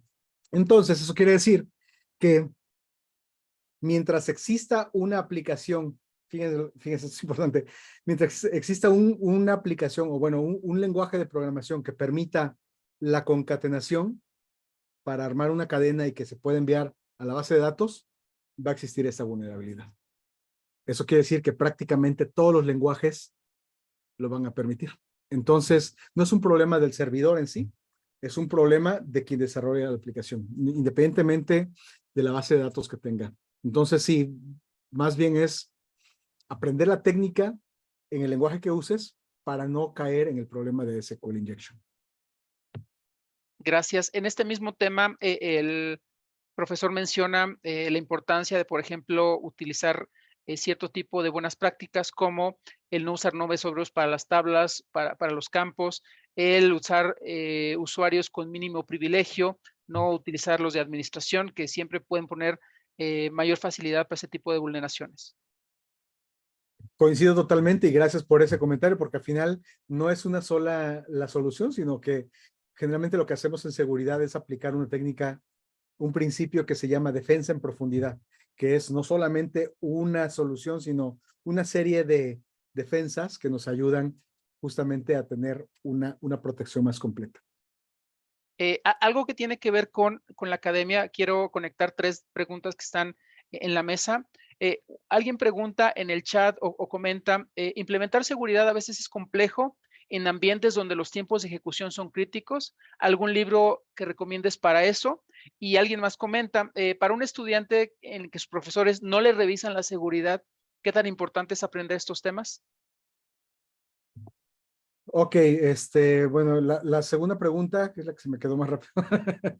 Cuando no se enseña seguridad, no nos queda otra más que aprenderla por nuestra cuenta. Es decir, si ya somos conscientes de que necesitamos seguridad para nuestros desarrollos, es lo que yo hice al final. En algún momento, como a mí nadie me enseñó seguridad en el código, pero yo escuchaba que las aplicaciones podían ser vulnerables, me puse a investigar, me puse a leer, a buscar de qué se trata, y así fue como fui aprendiendo al principio algunas técnicas. Después fui estudiando más cosas, pero al principio fue así, por curiosidad, ¿cómo le hago para que no me pase, verdad? Entonces, ahí yo lo que recomiendo, si eres estudiante y no te enseñan esto, pues apréndelo tú y difúndelo también, porque de eso se trata esto, que los demás se enteren de que hay problemas, pero que se pueden resolver, ¿no?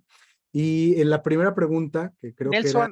Nelson plantea que a veces es poco el tiempo para implementar seguridad. Entonces, ¿cuál sería alguna recomendación de bibliografía para este tipo de, sobre algo tal vez en producción o que hay poco tiempo para implementarlo y liberarlo de manera adecuada? ¿Cuáles serían las recomendaciones? Ok, bueno, sí, a veces poco tiempo y tal vez te refieres a que ya está construida la aplicación y ya nos enteramos de la seguridad ya muy cerca del final, ¿verdad? Bueno, contra eso pues no hay mucha defensa. Lo ideal es tratar de hacerlo todo desde el principio. Hay a lo mejor un par de libros que les podría recomendar para seguridad en desarrollo en equipos de trabajo. Uno se llama The DevOps Handbook. No lo estoy haciendo comercial, no me dan nada por esto, pero esa sería una recomendación de DevOps Handbook, espero que se vea ahí. Este libro es muy bueno, te ayuda a integrar seguridad en diferentes partes, en diferentes fases del sistema o el ciclo de vida del desarrollo de aplicaciones. Y el otro, ahorita a ver si lo encuentro por acá, pero básicamente tiene que ver con también construir aplicaciones seguras. Creo que algo que podrían hacer en ese caso es, si hay poco tiempo, enfóquense por partes, es decir, no traten de resolver todo de una sola vez, sino dicen, bueno, por lo menos hagamos seguridad en la parte del diseño o en la parte de la construcción, y en el siguiente proyecto pues ya integran la seguridad en más partes. O sea, pueden hacerlo por fases también. Es mejor hacerlo así que no hacer nada, ¿verdad? Entonces, esa sería otra recomendación. Ale Silva agradece la ponencia, comenta que fue una excelente charla y plantea, me gustaría saber tu opinión, dado que parecería que algunas universidades en México dan las bases de la programación, pero se deja de lado la parte del desarrollo seguro. ¿Cuál es tu opinión en ese sentido y qué propondrías para fortalecer esta área de conocimiento? Muy buena pregunta y buen comentario. Eso es cierto y se los puedo decir con conocimiento de causa. En mi caso, me toca vivir dos aspectos de esto, justamente. Uno es, yo doy clases para una carrera donde el enfoque es seguridad y todo, ¿no? Deben aprender seguridad, políticas, riesgos, todo eso, y está muy bien. Pero no son programadores, no están enfocados en desarrollar. Sin embargo, les enseñamos cómo deben verse las aplicaciones seguras, qué técnicas hay que ver, aunque no están enfocados en desarrollo. Pero por el otro lado están las carreras donde sí son programadores, sí están enfocados en desarrollar aplicaciones, pero lo que ven de seguridad es muy poquito. De verdad, hay carreras donde solamente si ven seguridad, ven una materia y lo ven de forma general, no como desarrollo seguro.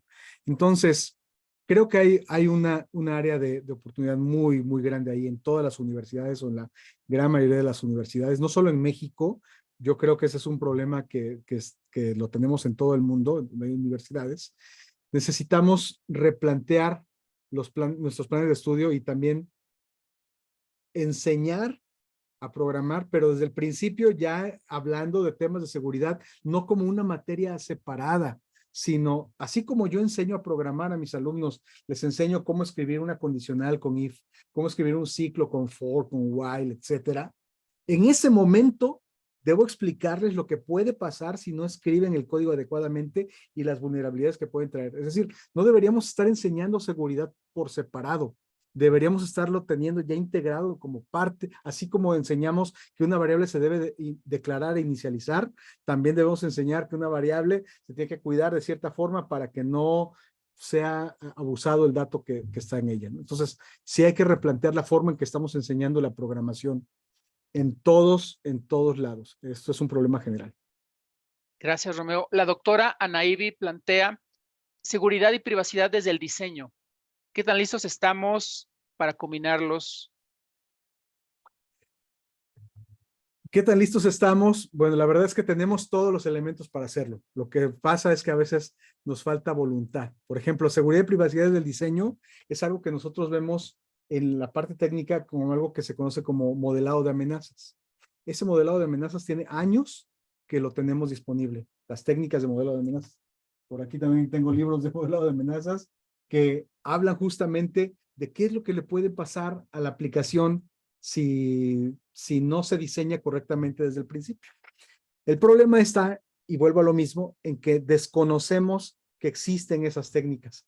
Y como las desconocemos, como algunos fuimos enseñados en la vieja escuela, pues cuando no había este tipo de amenazas, pues no nos enteramos, sino hasta muy tarde, que hay formas de evitarlo. Entonces, ¿qué tan listos estamos? Creo que eso sí va a depender mucho de qué tan informados estemos. Pero les aseguro que elementos para diseñar seguridad y privacidad, o sea, para hacerlo desde el diseño, los tenemos ya. Gracias, doctora, por la pregunta y a ti, Romeo, por la participación en la respuesta. Algo ya más específico a nivel desarrollo, Store Procedures o gestión de la funcionalidad desde el código. ¿Cuál es tu preferida y por qué? Bueno, sí, muy buena pregunta. Es cuestión de estilos. Mi preferida es desde el código. No soy muy fan de los Store Procedures, pero quizás se debe a que mi experiencia con Store Procedures no es tanta como la que tengo con el código. Entonces, en mi caso muy particular, me siento mucho más cómodo haciendo la gestión de la seguridad del lado del código de la aplicación que del lado del código de la base de datos. Pero es una apreciación muy personal, ¿sí? Si me esperan tantito, lo que les podría decir es, si se puede hacer en las dos, qué mejor, ¿verdad? Pero si tuviéramos que elegir una de ellas, yo en mi caso, yo lo haría más del lado del código que de la base de datos, pero por mi nivel de experiencia. Gracias. Aprovechando y contextualizando esta respuesta, ¿el utilizar las dos impacta en el rendimiento de la aplicación, en el tiempo de respuesta, en la eficiencia? Sí, pero ya no es tan significativo como hubiera sido hace 10, 15 años. Es decir, siempre el hecho de que agregues, fíjense, una validación más a un código es un paso más, por lo menos en el procesamiento. Y cualquier paso extra en el procesamiento definitivamente influye en el desempeño, especialmente cuando esto se hace a gran escala. Pero para el tipo de aplicaciones que muchas veces se desarrollan, por ejemplo, una interacción con un formulario, el hecho de que yo agregue un dato en un campo de captura y lo envíe a la aplicación y la aplicación lo valide y lo mande a la base de datos y la base de datos lo valide con Store Procedure, en realidad no le va a agregar más que unos cuantos milisegundos de procesamiento. No es significativo. No es algo que se esté haciendo masivamente como para que llegue a impactar. Entonces, honestamente, no es tan notorio el cambio. Gracias. Jorge Manuel González de la UAM pregunta, ¿es más segura la utilización de frameworks como Spring Data en Java para el acceso a la información o la utilización de SQL a manita?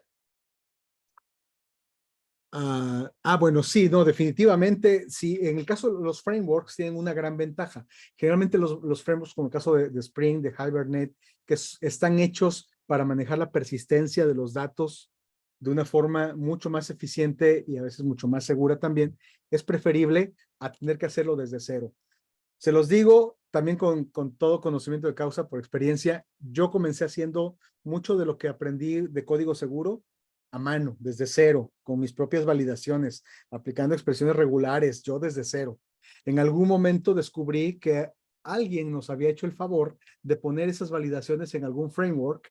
Entonces dije, bueno, si ya alguien hizo el framework, pues es mejor usarlo que yo tener que estar inventando o reinventando la rueda, ¿no? Entonces, ahora soy, digamos que estoy más a favor de hacer uso de frameworks y de aprovechar las capacidades que tienen de seguridad para eso. Gracias. Nuevamente el maestro Hugo Pablo Leiva pone en contexto este tema de las vulnerabilidades, la gestión de ellas. Él pregunta, ¿cuál consideras que es el lenguaje de programación que tiene más vulnerabilidades? Bueno, esta es una pregunta difícil, porque también en la experiencia hemos encontrado que si bien hay algunos lenguajes de programación que fueron diseñados con la seguridad en mente, y entre ellos está Java, y no porque me guste Java, sino porque así fue planteado en el diseño, la realidad es que cualquier lenguaje de programación puede tener problemas, incluso el mismo Java, C#, Python, PHP, Lisp, cualquier lenguaje de programación. Entonces, ¿cuál es el más débil? Realmente yo no acusaría al lenguaje de programación, sino al programador que hace el código ahí. Es decir, al final el lenguaje de programación es, si me permite la comparación, es una herramienta. Depende de nosotros cómo hacemos uso de la herramienta. Pero lo que sí puedo decir es que, por ejemplo, históricamente en los últimos 20 años, ha habido algunos lenguajes que han sufrido más de temas de vulnerabilidades. Por ejemplo, el caso de PHP.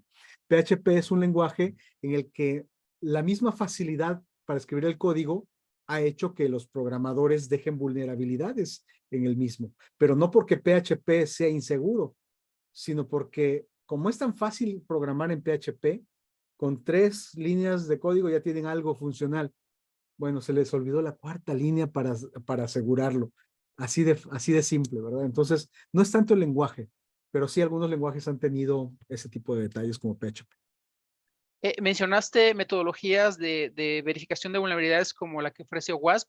El maestro Hugo Pablo pregunta que si existen compiladores que podrían incorporar o que ya incorporen estas validaciones de vulnerabilidades. A nivel de compilación, que yo sepa, no. Lo que sí es que, por ejemplo, hay lenguajes o hay plataformas que sí hacen algún tipo de validaciones de seguridad a nivel de compilación, pero son mínimas. Es decir, solamente se enfocan en los tipos de datos que coincidan, o sea, ciertas cosas muy fundamentales a nivel del compilador. Pero, por ejemplo, que el compilador puede identificar en dónde puede haber un SQL injection y eso, no, porque como no es parte del lenguaje, el compilador, su propósito es garantizar la sintaxis, la semántica del lenguaje, que todo se escriba correctamente desde el punto de vista de cómo debe ir una letra después de otra. Pero la lógica que nos lleva a un SQL injection todavía no las detectan, es decir, sería muy complicado, aunque si me preguntan, estaría genial, ¿eh? Si un compilador pudiera desde ahí ya decirte que hay un problema, estaría muy padre, pero le estaríamos dando mucho más que hacer al compilador, porque realmente no verifica la lógica, sino solo la sintaxis y la semántica. De acuerdo. En el contexto de los IDEs, como Eclipse o NetBeans, ¿ya incluyen alguna validación de este tipo? ¿De seguridad o de gestión de vulnerabilidades? No, de forma natural no. Generalmente los IDEs lo que hacen es que tú les puedes incorporar algunos plugins, por ejemplo, que pudieran hacerlo, o conectarlo con herramientas como SonarQube, que mencionamos hace rato, o Imperva, que tú lo conectas con tu IDE y constantemente está viendo tu código y lo está analizando. Pero de forma natural el IDE hasta ahorita no lo hacen, ¿no? Creo que ya hay como que una tendencia en que empiecen a detectar más problemas de este tipo. Sin embargo, así de forma completa, aún el IDE no lo hace de forma autónoma. Depende de un plugin, de un componente adicional. Ok, el maestro Hugo Pablo Leiva también contextualiza el auditar las liberaciones en ambiente productivo. En el chat lo manejan como una auditoría tipo pentesting. ¿Consideras que esto es de valor para esta gestión de vulnerabilidades o de algún riesgo que pudieran tener las aplicaciones de manera inherente? Sí, totalmente. Todo este tipo de pruebas de seguridad son valiosas, pero aquí una observación es importante. No deben ser las únicas pruebas. Yo he visto casos en los que desarrollan las aplicaciones y una vez que ya están casi listos para ponerlas en producción, como deben cumplir con el visto bueno de seguridad, le aplican una prueba de penetración a esa aplicación. ¿Qué es lo que sucede? Que generalmente el pentester encuentra vulnerabilidades y las reporta. Cuando las reporta, el equipo del proyecto que está desarrollando la aplicación dice, pero ¿a qué horas lo resuelvo si ya me esperan con la aplicación para el lunes? Y es miércoles, no me va a dar tiempo de arreglarlas. Y entonces empiezan a negociar y dicen, bueno, vamos a arreglar esta que es la más urgente y las demás las arreglamos a lo largo del año. Eso puede pasar. Y el problema es que a veces a lo largo del año no es suficiente y salen nuevas y simplemente vamos arrastrando una deuda técnica impresionante. Entonces, mi recomendación es aprovechen ese tipo de pruebas, pero no dependan únicamente de ellas, sino que traten de integrar la seguridad en cada fase que puedan del desarrollo de software. Como tú lo mencionaste, el empezar desde la izquierda, entre menos haya al final del proyecto, creo que es lo más adecuado y están más tranquilos todos. Totalmente. Así es. Shift left. Álvaro Ríos pregunta, ¿Zero Trust es aplicable en este tema de código seguro? ¿Y cuáles principios de Zero Trust son aplicables en los aspectos de código seguro? Pregunta interesante. El Zero Trust implica, para contexto de todos, implica un cambio en la forma en que pensábamos las cosas anteriormente del paradigma, en el que nosotros simplemente decíamos, bueno, no confiamos en algunas cosas, pero sí confiamos en otras. A partir de Zero Trust, ahora lo que tenemos es no confiamos en absolutamente nadie.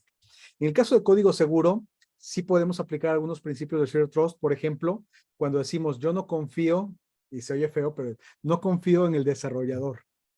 No porque sea malo o no, simplemente porque es humano y es vulnerable. Entonces, como no confiamos, vamos a analizar el código, todo el código que escriban. No confío en que va a implementar la aplicación ya lista, lo va a hacer deployment para producción porque podría no configurar correctamente un parámetro. Entonces, vamos a aplicar Zero Trust para que todo lo que se haga sea verificado, sea validado antes de subirse a producción. Entonces, sí, definitivamente el desarrollo de software no se escapa de las técnicas de Zero Trust para eso. También se pueden aplicar definitivamente. Gracias. Una pregunta más en la plataforma. ¿Las aplicaciones monolíticas son más seguras que las arquitecturas de microservicios, de acuerdo a tu experiencia? No, no necesariamente. De hecho, creo que muchos de los problemas grandes de vulnerabilidades que hemos tenido históricamente, los más fuertes, han sido precisamente en arquitecturas monolíticas, porque como todo está en un mismo lugar y no hay componentes modulares por otro lado, generalmente todo está, o sea, las pruebas que se realizan son quizá de otro tipo que las que se hacen en arquitecturas modulares como de microservicios. Entonces yo no le atribuiría al modelo de arquitectura el que haya más o menos vulnerabilidades. De hecho, si lo pensamos desde otro punto de vista, cuando tenemos microservicios, como el código pudiera ser mucho más concreto y mucho más compacto que si lo tuviéramos en un monolito, es más fácil de probar, es más fácil de aplicarle una serie de pruebas mucho más exhaustivas que cuando trabajamos en un monolito. Además, la tendencia de unos años para acá es dejar los monolitos a un lado e irnos hacia arquitecturas distribuidas. Esa es la tendencia. Ahí es, obviamente, en ese cambio de arquitectura llegaron también otras vulnerabilidades, pero sí, no son atribuibles solamente o exclusivamente a la arquitectura. Muchas gracias. Se agotaron las preguntas en la plataforma. Creo que tenemos tiempo. Alguien que quisiera comentar algo de viva voz y pida el uso del micrófono. El maestro Pablo Leiva, adelante, por favor.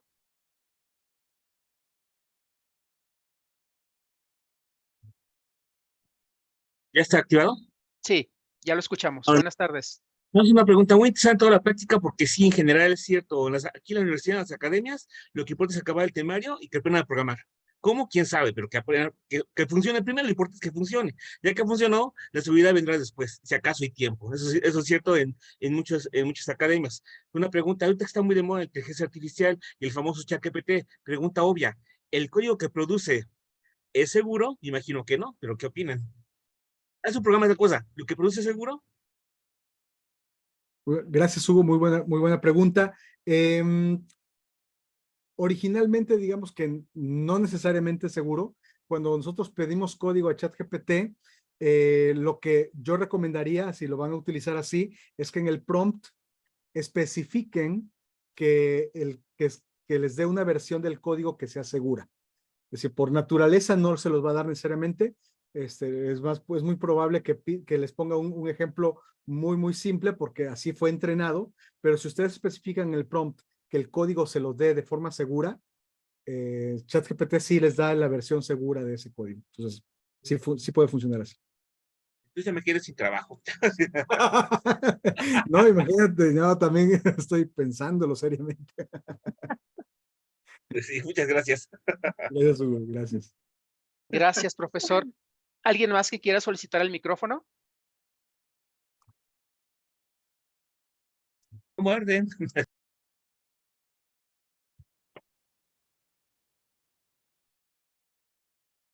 Creo que no, entonces podemos iniciar a cerrar la sesión de hoy. Gracias a todas y todos por el tiempo. Creo que dentro de lo que comentó el maestro Romeo, es importante considerar que es mejor hacerlo bien a la primera y esto nos lleva a tener una cultura de prevención, que siempre es más o menos costoso el remediar. Y dentro de este mismo tema, pues mejor validar a tiempo, hablando de validar las entradas, que reinstalar un sistema operativo o gestionar una crisis. Creo que ha sido una charla llena de temas técnicos, pero si el desarrollo de aplicaciones constituye parte de las entrañas de la transformación digital, era un tema necesario para esta mesa, estos temáticas de seguridad de la información.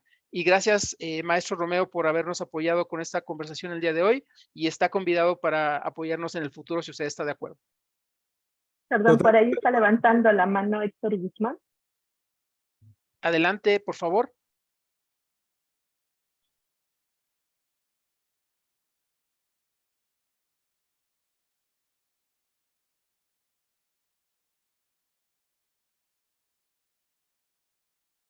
Estás en el Héctor. Sí. Ahí está. Gracias. ¿Qué tan importante que se nos olvide en la academia documentar cuando desarrollamos nuestras aplicaciones y ahí en esa documentación considerar todo lo que es la seguridad? A ver si entendí bien porque no escuché muy bien, pero ¿qué tan importante es documentar documentar la seguridad en el código? Documentar la seguridad cuando estamos desarrollando las aplicaciones, porque también a veces por tiempo y nuestros estudiantes a veces les cuesta documentar, inclusive hasta hacer los manuales y todo, no se involucra. Gracias. Y felicidades por la charla, excelente. Muchas gracias, Héctor. Bueno, gracias por tu pregunta. Sí, mira, yo soy partidario de la documentación en el código, definitivamente. Yo sé que a la gran mayoría de nosotros no nos gusta documentar. Eso es una realidad también. Entonces, lo que yo he buscado, lo que yo promuevo es la documentación de solamente lo necesario, lo suficiente. No abusar de la documentación porque también a veces tanta documentación nadie la lee. Esa es otra realidad. Muchos terminan ahí sin leer la documentación y se pierde y queda como letra muerta. Entonces, yo sí recomendaría que además de las prácticas de aplicar las técnicas en el código, tengamos o nos formemos ese hábito de documentar ciertos aspectos que sean relevantes. Aquí en este sentido, creo que el hecho de que, por ejemplo, ahora en la actualidad utilicemos técnicas como DevOps, por ejemplo, donde que básicamente estamos construyendo una aplicación de principio a fin, pero siguiendo como que ciertos pasos muy bien establecidos. Uno de esos pasos es, por ejemplo, la revisión de código. Cuando nosotros hacemos revisión de código entre pares, me obliga a que mi código sea lo más claro posible y que sea lo más explícito y documentado posible para que alguien más que lo vaya a revisar en este mismo día lo pueda entender. Pero también para que alguien que lo va a revisar un año después también lo entienda, incluso yo, ¿verdad? Entonces, algo que fomentamos en los equipos de desarrollo es que sí documenten, que escriban. Por ejemplo, en mis equipos de desarrollo lo que tenemos es una regla. Escribes un nuevo código, se va a producción, deja una explicación de qué es lo que hace este código que acabas de hacer. Tiene que ser breve, no tiene que ser así gigantesca. Breve, explícanos aquí qué técnica usaste y ya, para que el que va a revisar compruebe que efectivamente está ahí. Entonces, mi recomendación es muy importante, es muy bueno, sobre todo porque si no, si no lo documentas y en el futuro alguien dice, ¿y este código para qué será? Yo lo voy a quitar y lo borra, va a terminar regresándonos a la vulnerabilidad que ya habíamos corregido anteriormente. Eso ha pasado y ha pasado con software muy importante. Pasó en Debian hace algunos pocos años, sistema operativo Debian. Alguien quitó un código que no sabía para qué era y dijo, lo quito. Y lo que hizo fue afectar a la generación de números aleatorios que usamos para conexiones SSL, ni más ni menos, solo por no tener documentado ese código. Es importante. Gracias. Si me permiten, antes de pasarle la voz a la maestra Bernoy, quiero compartir con ustedes algo de los contenidos que tenemos en Anoy Stick.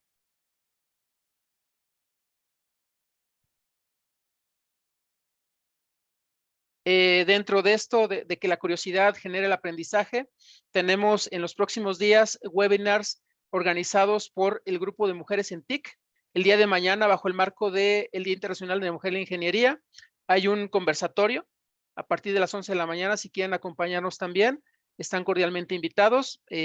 Ahorita les pongo en el chat la liga para que se registren. Igualmente, la próxima semana tenemos otro webinar relacionado con neurociencia, que tiene que ver con el uso de las redes sociales. Hubo un primer webinar relacionado con la temática el 27 de abril, en la que se plantearon cómo los hackers trabajan la mente de las personas y nos van influenciando a darles la información que ellos buscan. Entonces, igualmente están cordialmente invitados. Profesor Romeo está igual invitado a mantenerse en sintonía con la comunidad y muchas gracias por el tiempo el día de hoy. Cedo la voz a la maestra Julia Bernoy.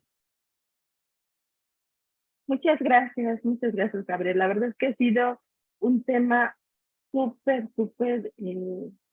importante, pero sobre todo, Romeo, la forma en que describiste. Yo creo que muchos nos identificamos, ¿no? Desde que iniciamos a programar yo en COBOL y en Pascal, donde ni siquiera estábamos involucrados en esto de seguridad, y ahora con los famosos frameworks que muchas veces se desconocen, están desactualizados o los dejas, y en la academia que se utiliza mucho generar sistemas de información y que se quedan años y ni siquiera están documentados.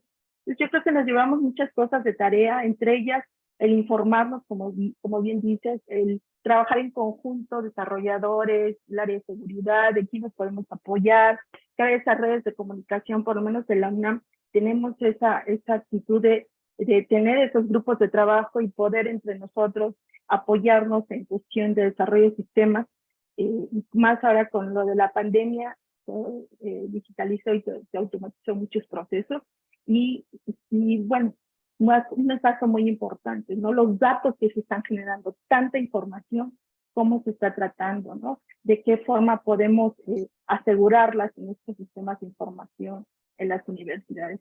Pues agradezco a todos. No sé, José Luis, si tienes algún comentario final, adelante. Pues gracias por generar conciencia, Romeo. Creo que eso es importante. Generar conciencia para los que programan, para los que programaron también como yo, pero ya fuera del mercado, pero sobre todo para estos chicos que se están formando y que hicieron preguntas bien interesantes. Muchas gracias, Romeo, por compartir generosamente tu información, que sabemos que esa base de conocimientos fue picando piedra, ya lo has explicado. Bueno, al menos así iniciaste, investigando, y me encantó tu analogía. Digo, a mí me gusta la música, me encanta. La seguridad de la información es como el bajista de una banda. Nadie nota su existencia sino hasta el día en que falta. De verdad, fantástico. Me encanta y la voy a compartir con mis amigos bajistas que tengo, pero que no saben de seguridad de la información. Pero si algún día me preguntan qué es seguridad de la información, ya tengo una muy buena analogía. Muchas gracias, de verdad. Gracias, José Luis. Bueno, pues le agradecemos nuevamente a nuestra invitada Romeo, a mis compañeros Gabriel, Ricardo, José Luis, la gente de NUYESI que nos apoya, Jonathan, y a todos nuestros asistentes los invitamos para que nos sigan en los siguientes webinars que tiene el Grupo de Seguridad y la Información de la NUYESI. Muchísimas gracias y buena tarde.